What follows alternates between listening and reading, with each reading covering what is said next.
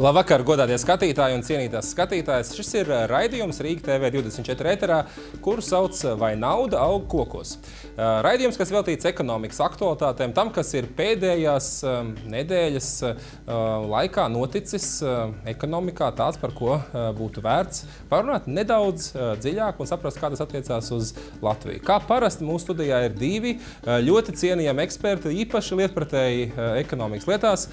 Viens no tiem Ojārs Kehris, Ekonomistu apvienības 2010 prezidents, pieredzējis cilvēks ekonomikas lietās. Labvakar, Ojār. Un otrs ir Jānis Buks, Nordea Banka Latvijas vadītājs. Otro reizi mūsu raidījumā apsveicu Jāni par to, ka dalies ar cilvēkiem ar gudrību. Paldies, labvakar.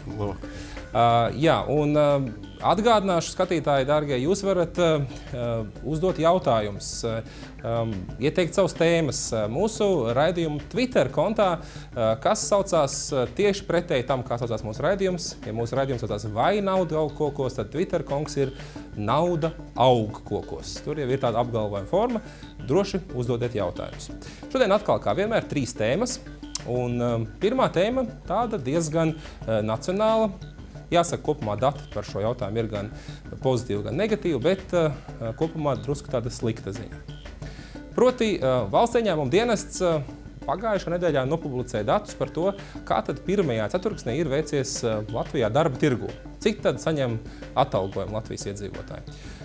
Jāsaka, ka kopumā dati, ja tā skatās, tendenci ir labi. Darba samaksa pieaug gan gads pret gadu, gan 2015. gada 1. ceturksnis pret 2014. gada 4. ceturksni, bet ir daži dati, kas ir negatīvi. Par to es esmu sagatavojis grafiku, un to es jums arī tūlītās parādīšu uz mūsu interaktīvās tāfeles. Tas ir jaunievedums šoreiz raidījumā.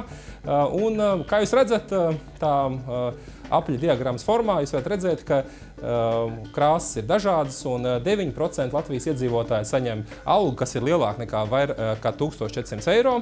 27% iedzīvotāji saņem algu robežās no 700 līdz 1400 eiro. 33% viena trešdaļa saņem robežās no 360 eiro, proti minimāla alga līdz 700 eiro. Bet ir grupa 31% Latvijas iedzīvotāji, kas saņem 360 eiro vai mazāk. Dārgie eksperti, vai tā ir ēnu ekonomika? Vai tur arī kāda objektīva skaidrojuma? Kāpēc trešdaļa, gandrīz trešdaļa Latvijas iedzīvotāji saņem minimālu algu vai pat mazāk kā tā? Jāni. Es teiktu, ka jau kopš 2010. gada Latvijas darba tirgus faktiski ir Latvijas darba ņēmēju tirgus, jo atalgojums visu laiku konstanti ir pieaudzis, kas pēc iespēju labi, jo pieaug Latvijas iedzīvotāju labklājība. No otras puses ir, vai tas iet roku rokā ar produktivitāti. Tas ir tas lielais jautājums, jo tas apdraud. Ja tas neiet, tad tas apdraud Latvijas konkurētspēju. Par ēnu ekonomiku es teiktu, protams, ka mums ir ēnu ekonomika. Taču, ja mēs skatāmies tās pazīmes, kas notiek šobrīd, ēnu ekonomika sarūk, tas ir nenoliedzams fakts. Pat kā bija gan pētījuma dati, kas teica, ka tieši pretēji nesarūk, stāv uz vietas. Ja mēs skatāmies salīdzinot ar pagājušo gadu, tad nodokļu ieņēmumi pieauguši par 6%, ekonomika ir pieaugusi par 2,5%. Faktiski, es teiktu, tā ir laba zīme, ka ēnu ekonomika sarūk. Es domāju, šim ciparam arī vienā brīdī vajadzētu korelēties un sarukt līdzvērtīgi. Ojār? Kopējais algu līmenis Latvijā, protams, zems. Vienlaikus, kur es pilnīgi piekrītu, ka par pieaugumu varam priecāties tikai tad, ja tas iet roku rokā ar produktivitāti vai darba ražīgumu. Mēģināju atrast datus, bet viņu visādā ziņā pēdējie dati to neliecināja. Bet, teiksim, jaunāko datu vēl šobrīd nav, bet tas, protams, tā tiešām ir atslēga, lai mēs nezaudētu konkurētspēju. Es tiešām varētu pieņemt, ka šie 360 eiro vai mazāk, cilvēki, kas saņem pat sanāk, tur tev pazudus ir, bet 30, laikam, 31%, 30,7%. Apmēram trešā daļa, ka tomēr, vismaz, ko mēs dzirdam no uzņēmējiem, kas seko kuri maksā nodokļus un kuri skatās kad viņu konkurenti maksā tikai minimālās algas. Tas, protams, izkropļo konkurenci. Tā tiešām tā ir korupcija, kas bremzē attīstību.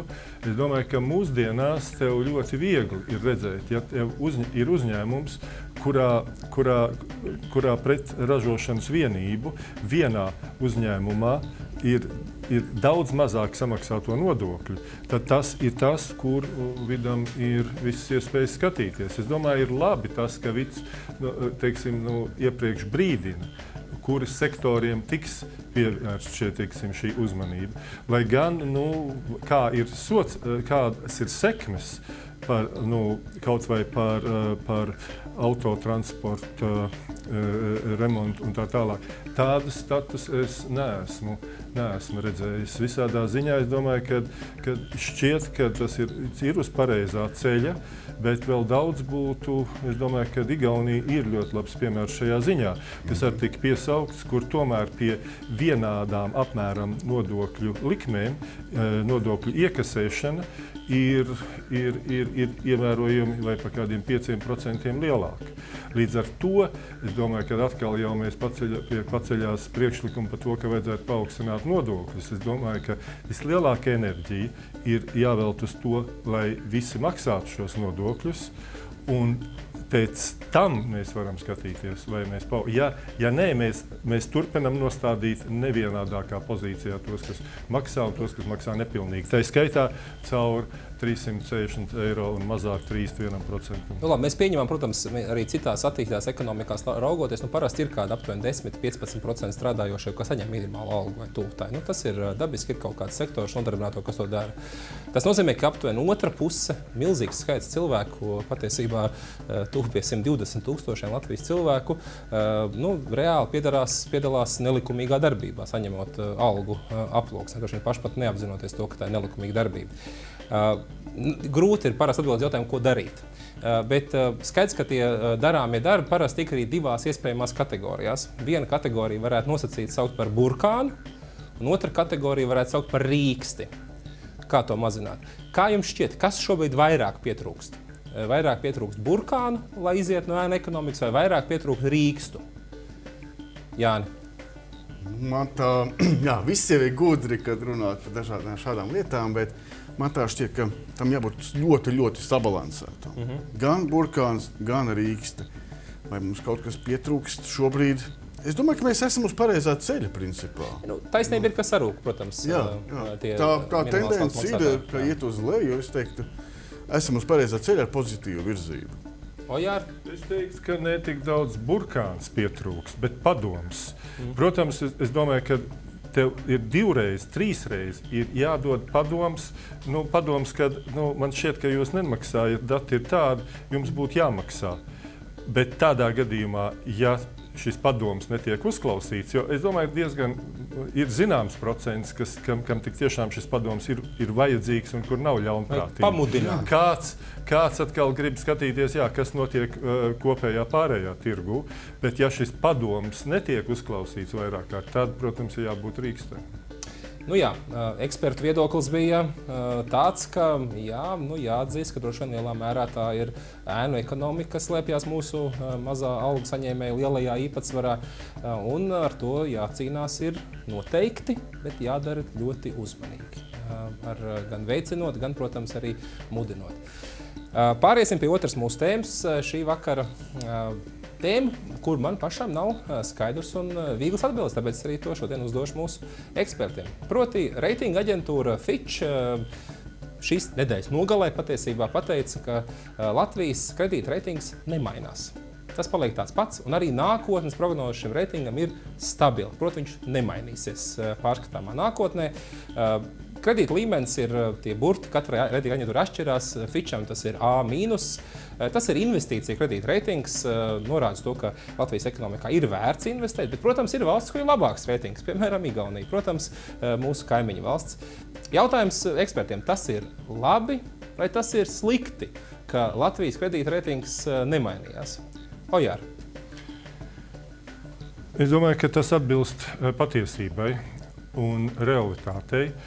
Un protams, ka valstī ir svarīgi un rūpēties par to, lai kredītreitings būtu labs, jo kredītreitings pirmkārt raksturo to, vai tu spēj sadot naudu. Viņš ir gan uzņēmumiem, gan šajā gadījumā mēs runājam par valstīm.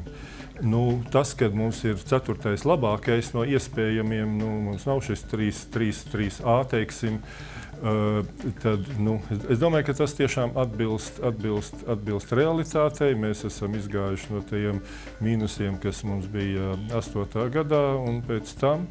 Tā kā es domāju, ka tas atbilst šai situācijai, kurā mēs esam. Jo tik tiešām mūsu parāds ir liels, mūsu algas ir pietiekoši zemas, līdz ar to jau visvairāk tiek vērtēts, vai mēs spēsim atdot savus parādus.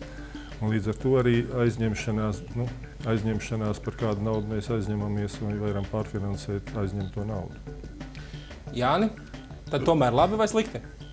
Es teiktu, Fitch paziņojums ir diezgan loģisks, jo tā ārējā vide, kādā mēs dzīvojam, tā nav baigi daudzsološai. Mēs skatāmies to recesiju Krievijā, mēs skatāmies uz Eiropas Savienību kā mūsu patiesībā galveno partneri. Ja? Arī tur patiesībā tā bilde jau nav skaista. Es teiktu, mēs pat varētu priecāties, jo ir tādas Eiropas valstis kā Austrija, kā Somija, kas ir spēcīgas ekonomikas, kurām ir samazināti reitingi. Mums vismaz nav samazinājumi. Ja? Tā kā tas ir, es teiktu, šī faktā es redzu arī pozitīvu zīmi. Jāapmierinās ar mazumiņu. Tāds gudrs padoms būtu šajā lietā. Vai tomēr jātiecas uz augstākiem rādītājiem? Es atvainojos, jums tas jautājums retoriski sanāca. Tas, ko teikt, Fitch teica, kā iemesls, kāpēc tad mums neaug reitings, un tie iemesli, ko viņi min, ir 2. Latvijai ir kopumā liels ārējais parāds, nevis valdības parāds pat, bet galvenokārt privātpersonu iedzīvotāji, mājsaimniecību, uzņēmumu kopējais parāds ir ļoti augsts iepratī mūsu iekšzemes koproduktam. Un otrs, Latvijai kopumā ir zemi ienākumi, te galvenokārt mājsaimniecības sektorā, zemi ienākumi cilvēkiem. Ja mēs no tāda viedokļa raugamies, Latvijas ārējais parāds gan rūk katru gadu par spīti tam, ka valdība dzīvo uz deficītu, toties iedzīvotāji maksimāli atdod savus parādus, pēc tam dara to ļoti raitā tempā, un tas parāds rūk. Tur tendence ir pozitīva. Savukārt ienākumi arī aug mājsaimniecībām, aug pēc tam strauji, tad mēs varam gaidīt, ka pēc gada reitings pieaugs vai nepieaugs. Kā jums šķiet, kungi? Es domāju, ja valsts kā tāda spēs saglabāt fiskālo disciplīnu, ja mēs neieslīgsim tajā kārdinājumā tērēt vairāk nekā mēs nopelnām, es domāju, kāpēc ne? Mēs varam ļoti, ļoti strauji tuvoties tam pašam Igaunijas līmenim. Es esmu ļoti optimistisks šajā sakarā. Jā? Tomēr šis reitings jau ir temperatūra. Un tas, tu vari, zini, kad ir valstis tādas palielākas, kas mēģina teikt, ka tas termometrs ir slikts, un mēs būvēsim paši savus termometrus. Visādā ziņā mēs to, kā Latvija ar savu ekonomikas izmēru, nevaram darīt. Tāpēc, manuprāt, viņš arī ir pietiekoši objektīvs, bet mums viņš ir jāpieņem kā pilnīgi objektīvs, jo, teiksim, šīm aģentūrām tic investori, kas ir ārpusē. Līdz ar to mums ir jārūpējās par savu ekonomikas attīstību. Es domāju, gan tomēr arī par attīstību, un šeit, lai gan vienmēr ir šī sabalansētība.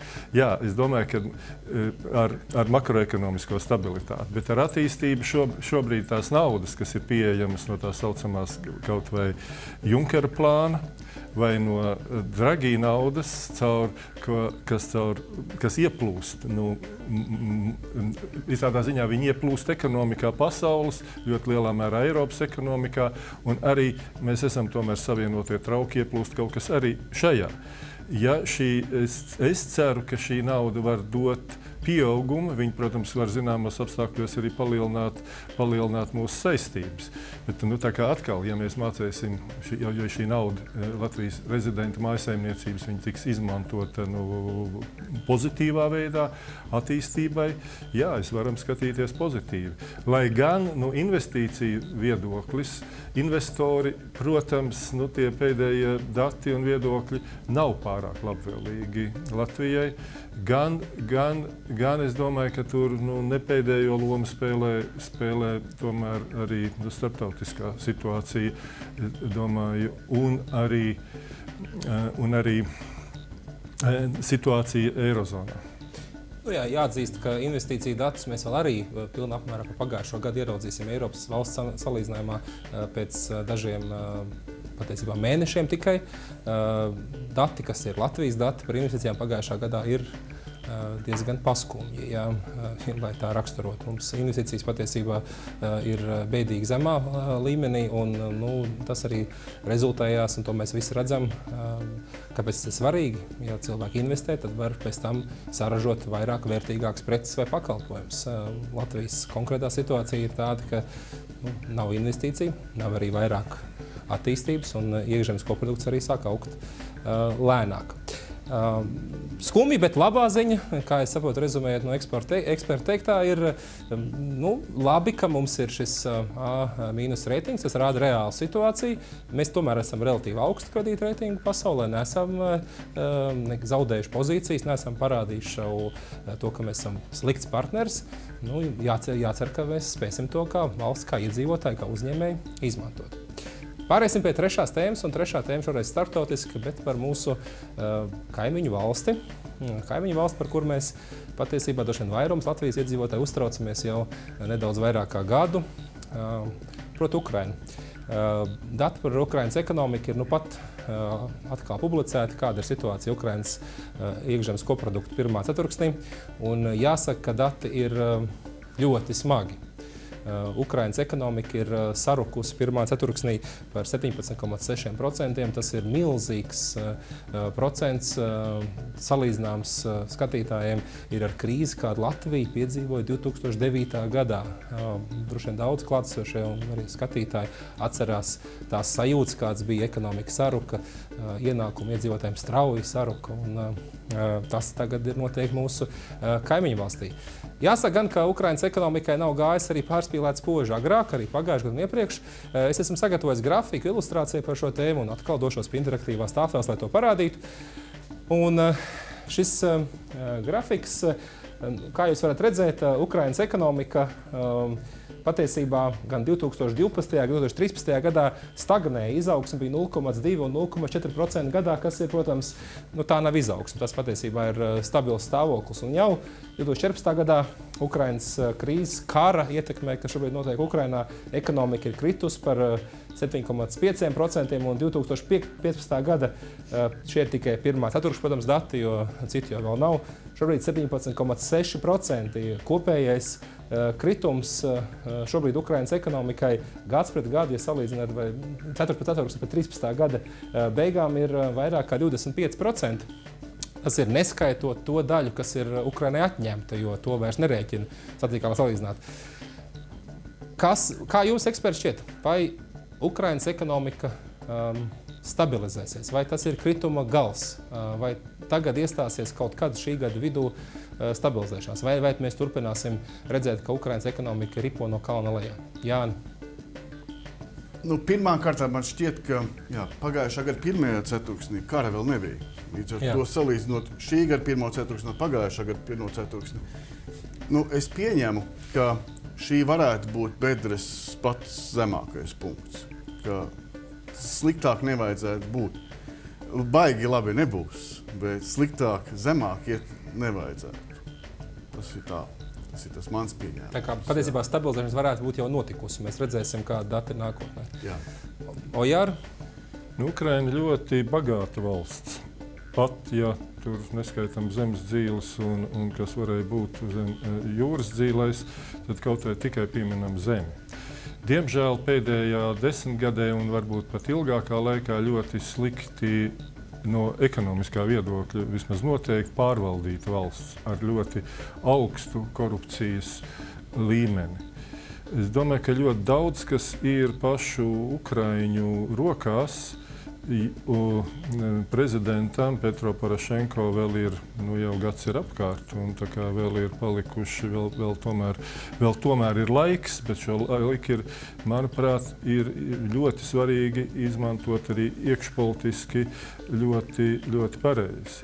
Ir ļoti labi draugi Ukrainai, Tā skaitā droši vien arī mēs varam sevi tur pieskaitīt, bet ja Ukrainai pašai ir ļoti daudz savu mājas darbu, jā, Ukraiņiem ir varbūt ļoti liela vēlēšanās, teiksim, ja pielietot pret tām netaisnībām, kas ir bijušas iepriekš, pielietot tādas pašas metodas, bet tas uz kurieni nevedīs. Tāpēc ir ļoti svarīgi, lai cik tas būtu grūti, lai tiesu vara sākt strādāt, tā skaitā saimnieciskajos procesos, lai ekonomiskā, teiksim, atbildība, varbūt to pat nevajadzētu saukt par ekonomiskajām uzreiz, varbūt reformām, tā skaitā šķērs subsīdijas, kas tam mērķim jābūt skaidram. Protams, cik ātri uz to var iet, tas ir atkal no trešā vaļa demokrātijas. Jo tev lai cik būtu grūti, tev tomēr ir jābalstās uz demokrātiskiem principiem. Tātad turpināt šīs ekonomiskās reformas tiesu, lai tu var dabūt taisnību tiesās un demokrātiju. Es domāju, ka uz to arī Ukrainas draugi skatīsies, jo, tas nav viegli, bet tas ir jādara, ja Ukraina grib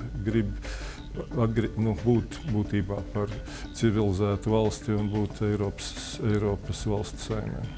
Ja mēs atminamies līdzīgu situāciju ar Latviju, protams, viņi nav salīdzināmi, jo mēs nekarojām un daļa Latvijas teritorijas nebija citas valsts okupēta 9. gada sākumā vai 8. gada nogalē, bet tajā brīdī starptautiskā sabiedrība, bet galvenokārt Eiropas Savienība mums iedeva tādu ļoti lielu drošības spilvenu. Apsolīja ļoti lielu aizdevumu pret Latvijas ekonomiku. Tie bija 7 miljārdi eiro kopsumma, kur galvenokārt tas bija Eiropas Savienības nauda, nedaudz no valūtas fonda, nedaudz no Pasaules bankas, relatīvi nedaudz, protams, valūtas fonds kopumā miljārdu aizdeva, bet tas ir mazāk nekā Eiropas Savienība. Un šis kopējais apjoms mums, protams, bija ļoti nozīmīgs, lai mēs varētu pārvarēt. Mēs pat viņu visu neizlietojām.